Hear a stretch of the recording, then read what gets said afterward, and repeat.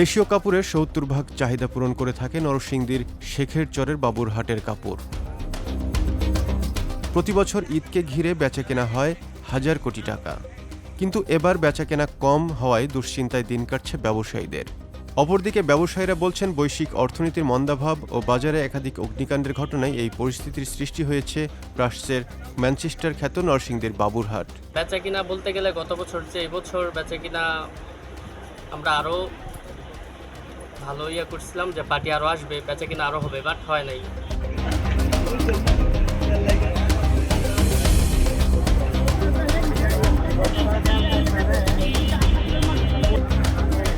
দেশীয় কাপড়ের জন্য দেশের সবচেয়ে বড় পাইকারি কাপড়ের বাজার এটি।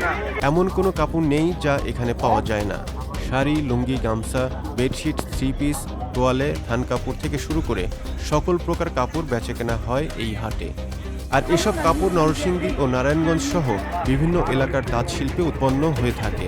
প্রতি বছরের রমজানের ঈদকে কেন্দ্র করে বিগত 11 মাসের থেকে বেশি বেচাকেনা হয়ে থাকে এখানে।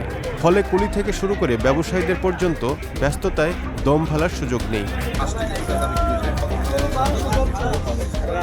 ক্রেতা বিক্রেতাদের ভিড়ে মুখরিত থাকে বাবুরহাট, কিন্তু এবার তার ভিন্ন চিত্র। যে বাজারে রমজানের 15 দিন আগে থেকে বেচাকেনা শুরু হতো, সেখানে এখন পুরোদমে নেই বেচাকেনা। ব্যবসায়ীরা দোকানে বসে অলস সময় পার করছেন।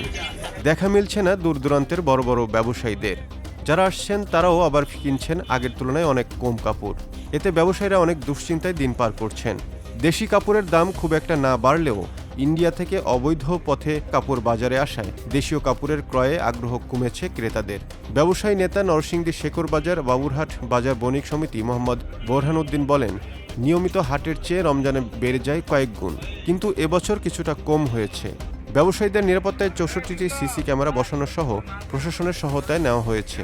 এই ঈদ মৌসুমে হাটে 2 থেকে 2.5 হাজার কোটি টাকার লেনদেন হবে বলে আশাবাদী ব্যবসায়ী নেতারা। এটা পাইকারি বাজার, সারা বাংলাদেশ থেকে এই বাজারে পাইকাররা আসে।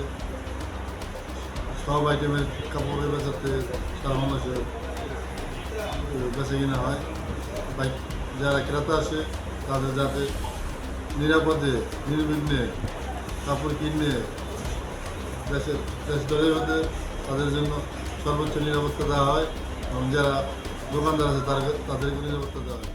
তিনি আরও বলেন, বাবুরহাটে যে সকল ক্রেতা আসেন কিনতে, তারা যেন নির্ভয়ে কেনাকাটা করে ভালোভাবে যেন বাড়িতে ফিরে যেতে পারে, তার জন্য বাজারে নিরাপত্তা ব্যবস্থা জোরদার করা হয়েছে।